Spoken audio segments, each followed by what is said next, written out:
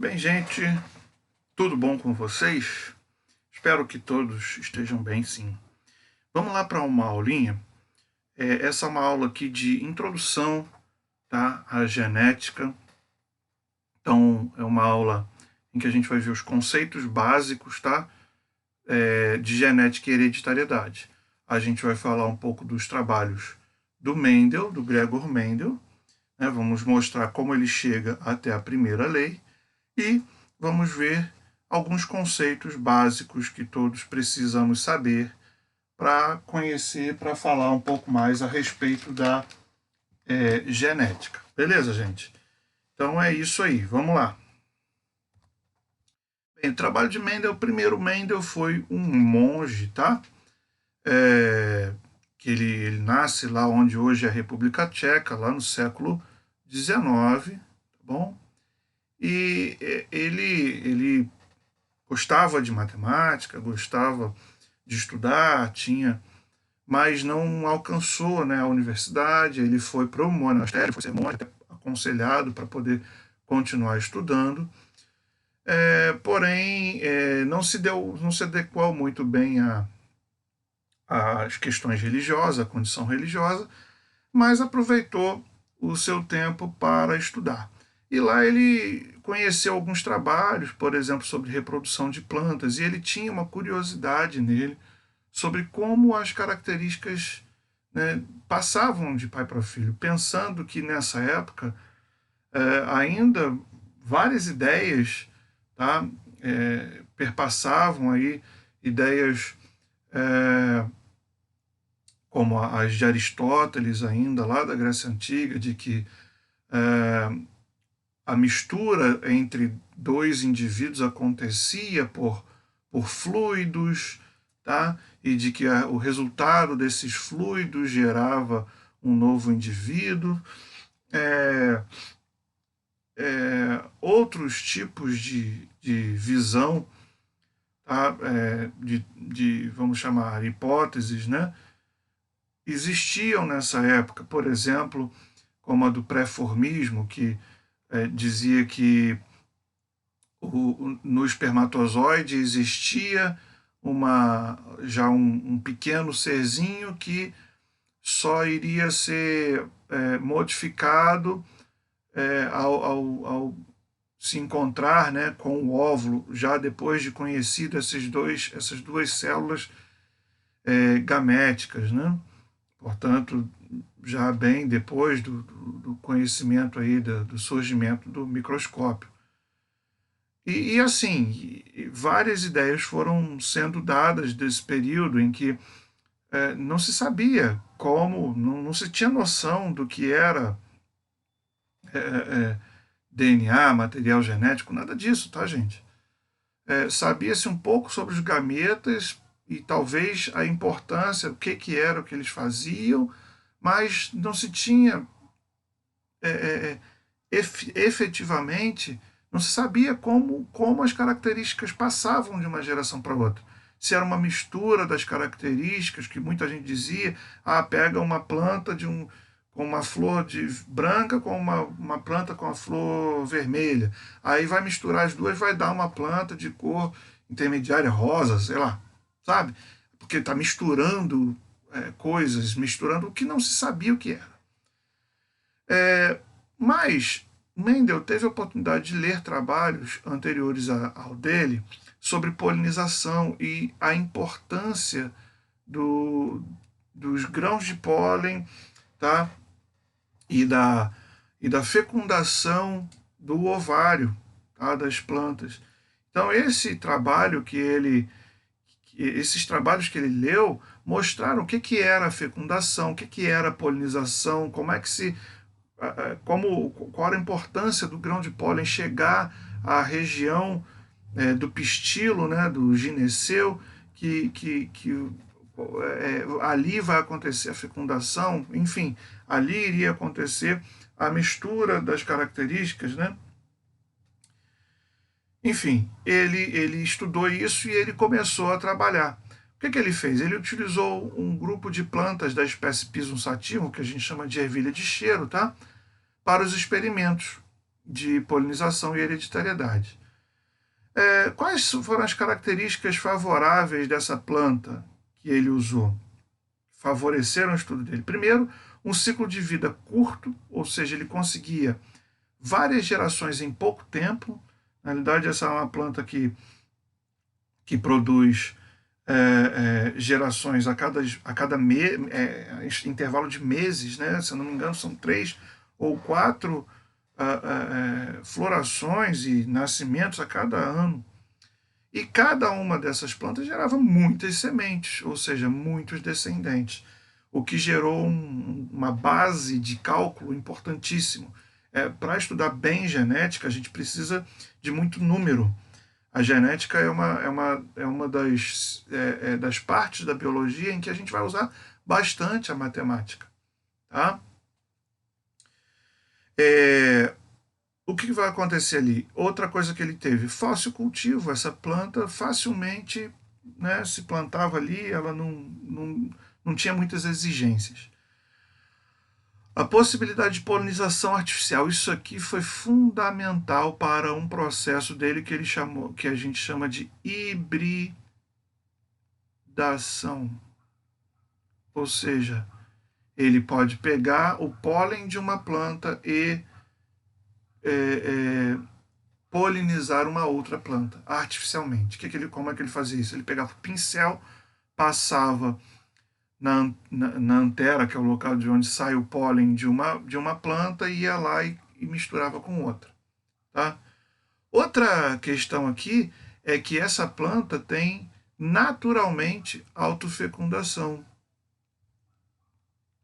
Tá? Ou seja, se você não fizer o cruzamento, ela se autopoliniza, cada flor se autopoliniza. Tá? O que gera indivíduos, filhotes ali, que vão ser extremamente semelhantes aos pais. Tá? E ela tem uma característica importante, a variação em oposição, ou seja, as características diferentes entre as plantas eram opostas e não tinha intermediário. Isso foi uma coisa que ele verificou. Por exemplo, aqui, conforme a tabela, a planta dava semente lisa ou rugosa. Não tinha uma semente mais ou menos um lado liso, outro lado rugoso. Não, ou era lisa ou era rugosa. São características opostas, não tem intermediário. Por exemplo, ou a semente é amarela ou a semente é verde. Não tem azul. Beleza? Ou a flor é rosa, púrpura, ou a flor é branca. Não tem vermelho no meio, não tem mistura no meio. Ou a vagem era inflada, né, era cheinha, ou a vagem era contraída, né, cheia em que você via a semente lá dentro, né? Via, né? A gente percebia as sementes, os espaços das sementes. Ou a vagem era verde ou era amarela. Tá? A vagem, né? Diferente da semente. Ou a planta dava nas axilas dos galhos, ou elas davam na terminação, na ponta dos galhos. Ou o caule era longo, ou o caule era curto. Ou a planta era alta, ou planta baixa. Beleza, gente? E isso era de fácil verificação. Ele olhava para a planta e enxergava essas características facilmente. Tá? Essas características que hoje a gente chama de fenótipos. Tá? Já vai se acostumando com essas palavras. Beleza? Bem, como é que foi esse trabalho dele? O que ele fez? Para ele obter as linhagens puras, ou seja, aquelas que os filhotes todos são sempre os mesmos, iguais, ele manteve a autofecundação das plantas por 3 gerações. Ou seja, uma planta que produzia, ele aqui vai falar o exemplo lisa e rugosa, semente lisa ou rugosa. A planta que fornecia semente lisa, ele deixava lá por 3 gerações e ela sempre produzia semente lisa. Depois de 3 gerações, ele tinha certeza que todo filhote daquelas plantas da terceira geração só produziriam sementes lisas, tá? E ele chamou essa geração de geração parental ou geração pura, de características puras, ou seja, ele deu um nomezinho, a letra P. Depois ele hibridizou. O que ele fez? Segunda etapa. Ele pegou, então, e manteve isso aqui por 3 gerações e obteve a geração P. Então tem uma geração P lisa aqui, e uma geração P rugosa. Tá? Semente rugosa. Esse é o exemplo. Ele fez isso com todas aquelas características que a gente viu anteriormente e que estão nessa tabelinha aqui do lado também. Ok? Bem, o que ele vai ver? Ele fez o segundo passo dele, depois de obter a geração parental, ele misturou as duas parentais. Ele foi lá e fez polinização artificial, que a gente chama de hibridização. Ele pegou a linhagem que tinha semente lisa e jogou pólen, pegou lá com um pincelzinho e botou no gineceu, no pistilo, né, da planta que tinha semente rugosa. Pegou pólen da planta semente rugosa e colocou lá no gineceu, né, no pistilo da planta de semente lisa. Ele fez isso artificialmente. Ele foi lá e pincelou uma e foi trocando, botando pólen em cada um lugar. Então ele fez esse cruzamento que a gente chamou aqui de hibridização. Tá? Com essa hibridização, ele obteve os filhotes. Ele observou a descendência disso, dessas que ele cruzou. Tá? Ele separou, isolou ali, cortou os androceus de cada uma para que não houvesse autofecundação, tá? E foi lá, foi trabalhoso, trabalho grande que ele fez. E aí foi lá e fez a polinização, ele. E aí ele gerou uma geração F1. Olha essa geração F1 que interessante. Quando ele cruzou lisa com rugosa, todos os filhotes desse cruzamento geraram sementes. Ele plantou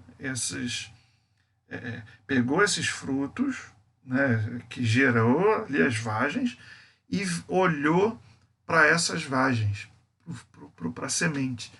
Todas as sementes geradas a partir dali eram lisas, 100%.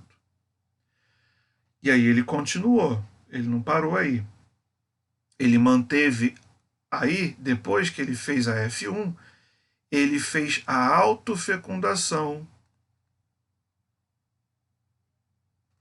dessa F1. Ou seja, ele pegou a F1 e cruzou com ela mesmo. Ele deixou ela se autofecundar. Tá? Ele pegou essas sementes, plantou, deram novas arvorezinhas. Essas novas plantinhas, ele foi lá, observando somente a semente. Tá? Ele foi lá e observou que a autofecundação entre elas. Deixou acontecer a autofecundação dessas sementes todas lisas. O que aconteceu? Quando ele pegou e deixou a autofecundação da F1, ele observou a descendência. E aí ele pegou a segunda geração híbrida, que a gente dá o nome de F2. E o que ele observou em F2? É como se ele tivesse cruzado uma lisa com a outra lisa, mas foi autofecundação. A planta, a própria flor, se autofecundou. O que ele obteve, para surpresa dele? Em todos os experimentos, ele obteve 75% em média, tá? Dos filhotes nasceram com sementes lisas e outras 25% sementes rugosas. Ou seja, reapareceu a característica rugosa em apenas 25% das sementes lá que parecem ali com a sua avó, certo? Bem, e aí ele vê 75 para 25, 75 para 25 é 3 para 1. E o que ele começa a observar? Que em todas as características que ele observava, ele obtinha em F2 a variação 3 para 1. 75% de uma para 25% da outra. Aí ele deu um nome. Presta atenção nisso. Mendel denominou de característica dominante aquela em que aparecem 100% dos indivíduos de F1. Então, aqui, ó, 100% lisa, então a característica semente lisa é uma característica dominante.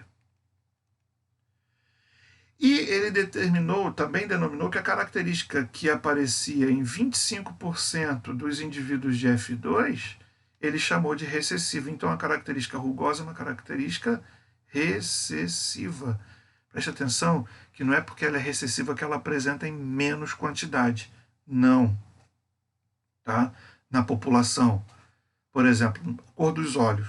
Os olhos claros, eles são caracterizadamente recessivos. Mas se você for na Rússia, na Suécia, você vai ver que a maior parte da população tem olhos claros. Então não é porque é recessivo que tem menos. É recessivo porque precisa aparecer de uma certa forma que eu já vou mostrar para vocês. Tá? O que acontece aqui? Ele foi olhando o que era recessivo e o que era dominante para cada uma daquelas características que ele estudou. Então, na semente, a verde é uma característica recessiva, a cor. A cor amarela é uma característica dominante, tá? Na cor da semente. Na forma, rugosa, como a gente viu, é recessivo e liso é dominante. Na vagem, a cor amarela da vagem é recessiva e a cor verde da vagem é dominante. Inverte em relação à semente, né? A forma contraída, ou seja, aquela forma onde a gente vê o espacinho das sementes, né, na vagem, é recessiva. A inflada, a cheinha, é uma característica dominante. A posição terminal das flores é uma característica recessiva. A posição axial, ou seja, nas axilas dos galhos, né, é uma característica dominante. A planta baixa, de galhos mais curtos, né, de tronco mais curto, é recessivo. A planta alta é dominante. Tá? E o que ele observou estudando isso? Esses 3-1 aqui deixou ele intrigado e fez ele chegar a uma conclusão. Mendel pensou e chegou numa conclusão que ele deu o nome de... Ele, né? Não, na verdade, o trabalho dele, essa parte do trabalho recebeu o nome de a primeira lei de Mendel. E qual é a primeira lei de Mendel? Ele olhou para aquilo ali e ele pensou o seguinte, ó, cara, só pode ser isso aí porque cada característica daquelas, vamos lá, a semente lisa e a semente rugosa, a semente lisa é determinada por um par de fatores. Ele chamou de fatores. Pensem, ele não sabia o que era DNA, não sabia nada disso. Cromossomo, nada disso. Ele chamou aquilo de fator. O que a gente chama hoje de alelo. Um par de alelo forma um gene. Ok? Então preste atenção. Cada característica é determinada por um par de fatores, que a gente chama hoje de alelos. E esses fatores, ou alelos, se separam na formação dos gametas. Olha que interessante. Então ele precisou, ele conseguiu definir matematicamente que esse resultado que ele obtinha só podia ser determinado porque cada característica era determinada por dois fatores, um par de fatores, que se separavam para formar os gametas. Olha só, aí se convencionou que cada fator ou alelo teria uma letra, seria uma letra. E aí ele determinou que a letra maiúscula determinaria a característica dominante. Por exemplo, aqui vou falar de planta rugosa, vou falar de R, tá? Então, Rzão determinava a planta lisa. E a letra minúscula para recessivo, ou seja, Rzinho. O Rzinho determina rugoso. Beleza? Olha o que ele achou aqui. Aqui não é a geração P parental pura. Ou seja, eu vou botar as letrinhas aqui, ó. Esse indivíduo liso, ele tinha que ter dois fatores e ele não é dominante? Olha lá, dois fatores. Então eu vou botar aqui, como a característica é rugoso e liso, eu vou botar R, tá? como a letra. Então, esse cara aqui, ele não é puro, então ele só pode ter Rzão, Rzão. Isso aqui, quando o indivíduo tem as duas letras iguais, a gente chama, então, Rzão, Rzão, ou, no caso da rugosa aqui, ó, a rugosa não é lisa, não é, desculpa, a rugosa não é lisa, a rugosa não é uma geração pura, então ela vai ser Rzinho, Rzinho. Então, o Rzão ou Rzão, ou o Rzão, Rzão ou Rzinho, Rzinho, a gente vai chamar esses caras aqui de homozigotos. Ou seja, homo é igual, tá? Homo significa igual. Ou seja, são aqueles que vão produzir gametas iguais. Olha só o que acontece aqui. Quando ele faz o cruzamento aqui entre esses aqui, a gente pode fazer o chuveirinho aqui, ó, uma distributiva aqui, ó. Rzão com Rzinho, Rzão com Rzinho, Rzão com Rzinho, Rzão com Rzinho. Ou seja, todos os descendentes que vão surgir daqui serão Rzão, Rzinho. Olha, e aí, olha só o que ele admitiu, que esse indivíduo aqui, ele é o híbrido, ele tem os dois tipos de alelos diferentes. Então, o indivíduo Rzão, Rzinho, ele chama de heterozigoto. Hétero significa diferente. Ok? Então, esse indivíduo aqui, ó, ele vai apresentar dois alelos diferentes. Ele é um heterozigoto, dois fatores diferentes. Aí, quando eu faço o cruzamento entre eles, o que vai acontecer? Esse aqui não é Rzão, Rzinho, ele não é aqui, ó, esse indivíduo, ele não deixou ele se autofecundar, Rzão, Rzinho. Olha o que vai acontecer aqui, ó. Vou fazer o chuveirinho, ó. Rzão com Rzão. Surge aqui o indivíduo Rzão, Rzão. Surge aqui também o indivíduo, ó, Rzão, Rzinho. E aqui, ó, o Rzinho com Rzão é a mesma coisa, Rzão, Rzinho. A gente convenciona em botar o dominante sempre na frente, tá? E aqui, ó, mas olha o que pode aparecer nesse chuveirinho aqui, ó. Rzinho com Rzinho. Olha aqui. Rzinho com Rzinho, olha lá, é igual a esse indivíduo aqui. Ou seja, 25% rugosa. E aí, cara, fechou. Olha só, gente. A condição recessiva é aquela condição em que o indivíduo é homozigoto recessivo. Entre dois indivíduos homozigoto recessivos se cruzando, todos os filhotes serão recessivos. Por isso que eu falei lá a questão do olho azul, o sangue O aqui no Brasil. O é recessivo, é um sangue tipo recessivo, que tem letras minúsculas. Então, todos os casais de sangue O têm que ter filho sangue O, porque não dá para ser outra coisa. Quer ver um exemplo legal? Harry Potter. Todos os bruxos são características recessivas. Você vê que todo o casamento entre dois bruxos, todos os filhos são bruxos. Agora, você vê que a característica trouxa é uma característica dominante. Por quê? Um trouxa casado com outro trouxa pode ter um filho recessivo. Olha aqui, ó, um liso com outro liso teve um filho recessivo. Basta que os trouxas sejam heterozigotos. Olha lá. Viu aí, gente? Então, vamos lá. A gente pode facilitar isso fazendo um diagrama de Punnett, tipo um joguinho de batalha naval, onde a gente bota os gametas aqui, ó. Tá? Então, eu vou pegar essa geração P aqui, ó, e vou fazer esse cruzamento. Ou seja, indivíduo Rzão, Rzão, cruzado com Rzinho, Rzinho.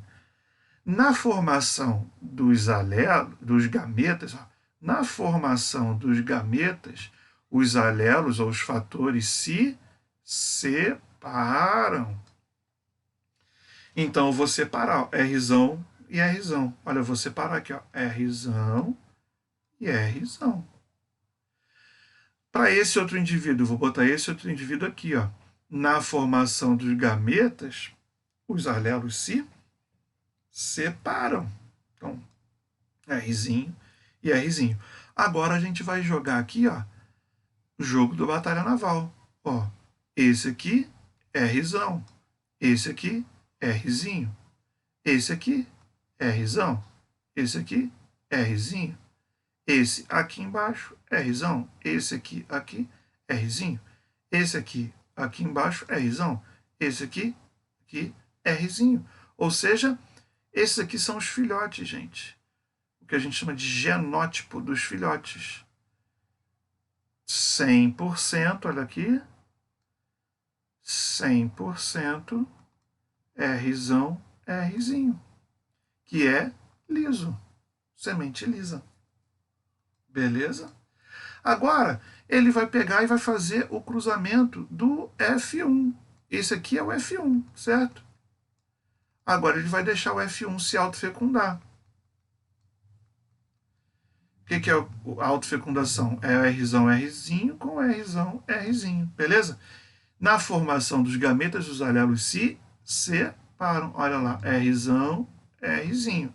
Olha aqui, Rzão, Rzinho. Agora vamos fazer a batalha naval. Ó, esse aqui é Rzão, esse aqui é Rzão. Esse aqui é Rzão, esse aqui é Rzinho. Esse aqui, como eu falei, convencionado, a gente bota primeiro o dominante, né? Primeiro o maiúsculo. E aqui embaixo é Rzinho. E aqui, ó, Rzinho com Rzinho. Olha o que aconteceu. Essa geração que surgiu aqui é o chamado F2. E que a gente vai ter o quê? Ó? 1 em 4. Aqui, ó. 1 em quantos? 4. Ele vai ser Rzão, Rzinho. Oh, desculpa. Rzão, Rzão. E aqui, ó. 1, 2 em 4. Então, 2 em 4, que é o mesmo que 1 sobre 2. Vão ser do tipo Rzão, Rzinho. Rzão, Rzinho. E esse aqui, ó, 1 em 4, Rzinho, Rzinho. Beleza? Agora, eu posso pegar esses dois aqui, eles não têm apenas um dominante já esse aqui? Então, esse aqui já não é liso? Isso aqui vai dar o quê? Ó? 2 quartos, ou 1 quarto mais 2 quartos. Isso aqui dá 3 quartos lisa. Semente lisa. E esse aqui? 1 quarto de rugosa. Ok? Ou seja, aqui é aquela proporção que eu falei, 3 para 1. Se você dividir 3 por 4, dá igual a 0,75, que é o mesmo que 75%. Se você dividir 1 por 4, dá igual a 0,25, que é o mesmo que 25 por 100. Beleza, gente? Continuando aqui, ó, vamos a alguns conceitos básicos da genética importantes. Primeiro conceito de fator ou alelo. É a entidade biológica que determina as características genéticas. Visto aí, né?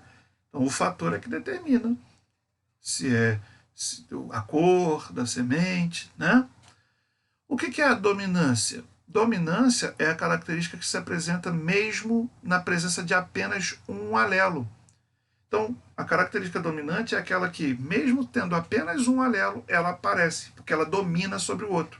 No nosso caso lá, o Rzão domina, é maior do que o Rzinho. Então, tendo apenas um Rzão, o indivíduo já é dominante.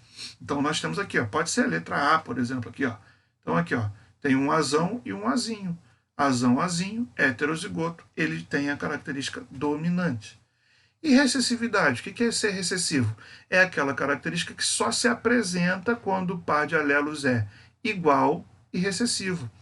Ou seja, quando o indivíduo é homozigoto recessivo. O que é o indivíduo homozigoto? É aquele com pares de alelos iguais. Recessivo, azinho, azinho. Heterozigoto é o indivíduo com pares de alelos diferentes. Azão, azinho. É o hétero. Hétero é diferente. Genótipo, galera. Genótipo é a demonstração dos tipos de alelos de um indivíduo. É aquilo lá que eu mostrei para você. Ah, qual é a proporção de genótipos? Vou até voltar aqui, ó. Isso aqui é o que a gente chama de proporção genotípica.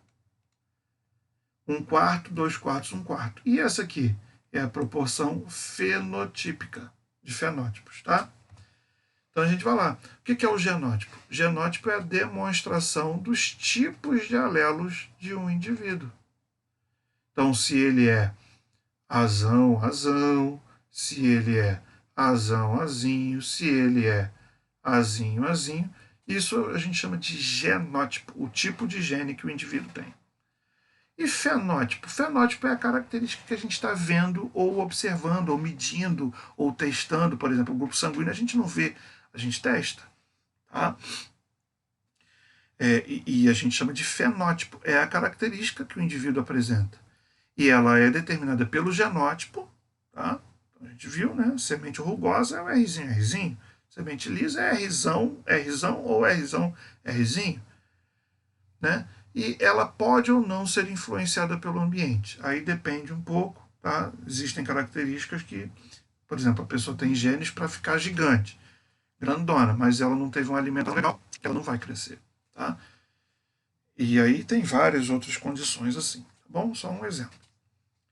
Gene, galera, o que é o gene? O gene é o conjunto de pares de fatores ou alelos. Então, quando eu tenho um par que determina uma característica, eu chamo isso de um gene.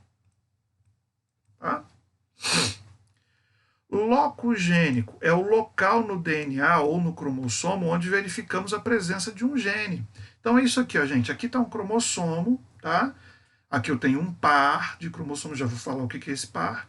E na mesma posição no cromossomo eu tenho os mesmos alelos. Não que seja o mesmo tipo de alelo, mas os mesmos alelos, que fazem parte do mesmo gene. Eles estão na mesma posição, no que eu chamo o mesmo locus gênico, local do gene.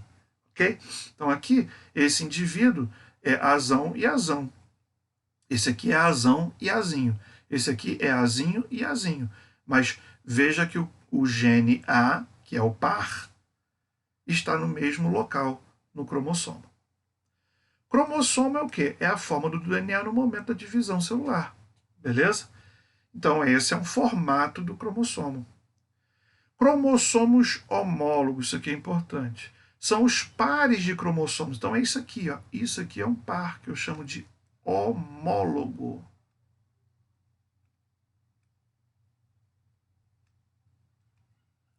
Esse aqui é o par, eu chamo de homólogo. Esse aqui é o par que eu chamo de homólogo. De onde veio esses pares? Um veio do pai, o outro veio da mãe. Um veio do pai, o outro veio da mãe. A gente não viu isso lá na formação dos gametas? Aqui, ó. Um veio do pai, o outro veio da mãe. Um veio do pai, o outro veio da mãe. Isso aqui não são os alelos? Os alelos não estão nos cromossomos? Esses cromossomos estão em pares. Um par. Um cromossomo do par veio do pai, o outro cromossomo do par veio da mãe. Em cada par temos os alelos. Cada cromossomo do par tem os mesmos alelos nos mesmos locos gênicos. Cada cromossomo do par veio um do pai e outro da mãe no momento da fecundação. Então tá aqui, ó. Esse cromossomo tem azão, o outro que veio da mãe tem azão. Então esse indivíduo é um indivíduo homozigoto. Azão, azão, dominante. Esse aqui, estou falando do pai o primeiro, tá? Mas tanto faz. É só para dar um exemplo, facilitar. Vamos dizer que esse aqui tenha vindo do pai e esse veio da mãe. O pai forneceu o azão, a mãe forneceu o azinho. Então, é heterozigoto. E nesse caso aqui, os dois forneceram, tanto o pai quanto a mãe forneceram um azinho. Então, é o homozigoto recessivo. Beleza, galera? Então, esse aí é a nossa aula de hoje. Agora vocês têm que fazer exercícios para fixar o conteúdo. Beleza? Valeu, aquele abraço.